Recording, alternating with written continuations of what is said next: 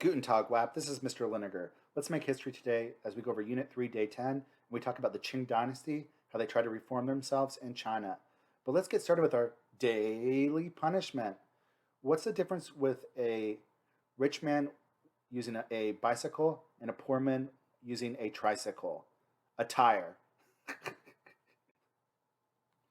Key terms for today: Manchu, the Qing Dynasty, Nurachi, Opium Wars, the Taiping Rebellion, the Boxer Rebellion, Empress Dowager Cixi, the Sino-Japanese War, Sun Yat-sen, and Puyi.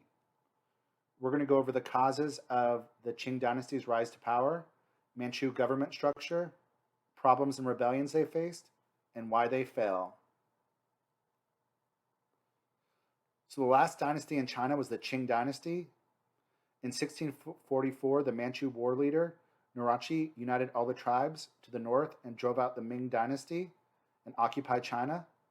The Manchu are going to adopt the ways of the Ming. They'll create a bureaucracy of elites who practice traditional court ceremonies. Even some Chinese will take positions in his bureaucracy. The Manchu will keep the social hierarchy of their predecessor, the Ming. They'll respect the patriarchy and family patterns. They're going to be retained along with things like foot binding. And education will be emphasized as they'll keep the Confucian bureaucracy. Women will remain subordinate and fixed in the household.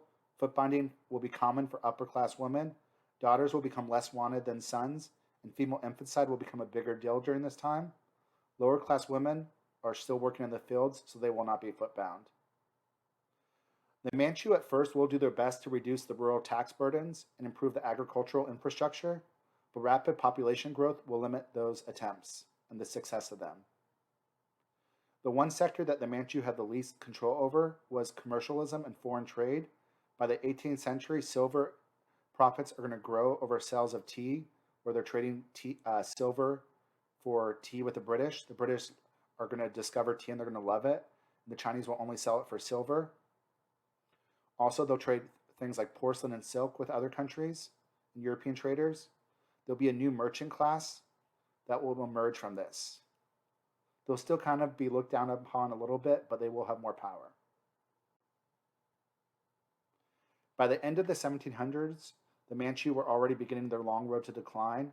The exam system had become riddled with cheating and nepotism, spoil system. Throughout the empire, peasants were migrating constantly to different areas to seek relief from the government's failures, the whole dynastic cycle. Many will fall victim to banditry and piracy. In the end, corrupt officials did little to address all the issues. As the population continued to rise, food became scarce, and that led to more banditry. There also will be conflicts with European powers. The Manchu will continue to regard Europeans as barbarians. They don't see that the Europeans had surpassed them technologically. And there'll be a confrontation that will arise against the British over the importation of opium from India into China. So, the British wanted tea from China, but the Chinese would only trade the tea for silver. The British did that, but it was bankrupting their country. They didn't have enough silver. So what the British are going to do is they're secretly going to have their merchants trade opium, which is a narcotic, it's a drug. They're going to have the British merchants trade opium on the DL to the Chinese merchants to get the silver back, then use that silver to trade for the tea. Basically, they were causing a lot of Chinese people to become drug addicts. As a result of this increased opium trade, silver revenues will decline and editions will explode in China. This leads to the Opium Wars. The Manchu government is going to try to solve this issue. At first, they're going to try to blockade Canton and destroy any opium shipments coming in. The British are going to demand that the Manchu government take action. They're going to say that what they're doing is violating free trade, even though the British were basically causing the Chinese to become addicted to drugs. War will break out in 1839 with the Chinese being easily defeated. The results will be disastrous. China's going to be forced to give concessions to Britain.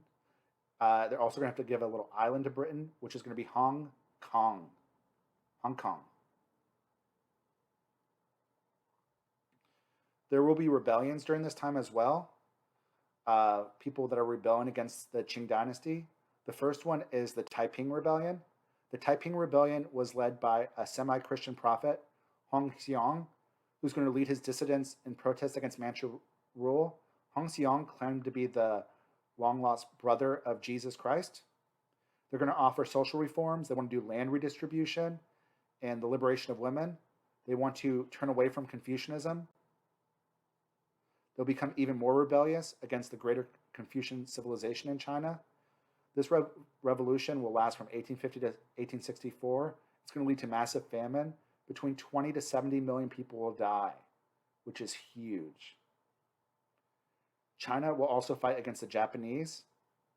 Japan's going to use China's weakness as an opportunity to attack the Manchu in 1894, 1895 to gain their own imperial territory. China's going to lose direct control over Korea and Taiwan as a result of this. China loses again. In the last days of the Manchu government, they saw a new empress rise to power, Empress Dowager Cixi. She is going to crush all forms of reform. Her son, Prince Gong, Gong, tried to do reforms in China, and she will actually have him assassinated. Instead of using her power to reform China, she uses the wealth of China to build a ship made out of gold and float it in the Forbidden City. This was obviously very wasteful. A golden ship is not a very good idea. It can't really move on a large scale. It could be used as kind of a trophy, but it would sink. It was more just used to show her bling. Members of her own family support the oncoming Boxer Rebellion, which wanted to reform all foreign devils from China by force. They're called the Orders of Harmonious Fists. She will indirectly support this anti-Western rebellion. They were upset about the Europeans getting more involved. They're upset about like the Opium War and how basically China is being divided up into spheres of influence, where European countries are doing economic imperialism in certain regions in China. The Boxer Rebellion is going to use martial arts, and mysticism against Christian missionaries. They're going to kill all the Westerners they see. This is going to lead to a force of Western foreign nations, including Japan and America, to intervene and put down the rebellion. And after this, they're going to even divide up China even more into spheres of influence. So China has very little independence. In the late 1880s, young Chinese people are going to start to meet to try to overthrow the Qing Dynasty. They want to create a more Western-style government. The most prolific leader is going to be a Chinese person called Sun Yat-sen, who was originally a doctor from Hawaii. He wanted to make China not dependent on Europe. He wanted to make it stronger and nationalistic. He wanted to really copy what Japan was doing at this time. In 1911, there'll be a student demonstrations, an uprising of the mutinies, which is by regional warlords against the Manchu government. This will call the abdication of the last Qing emperor, Pu Yi, who will abdicate China and will get rid of his throne in 1912. And China will become a republic, which we will talk more about next unit. But at the very end, they have overthrown the Qing Dynasty. All right, guys, that's all I have for you for today. Until next time, deuces. Deuces, deuces.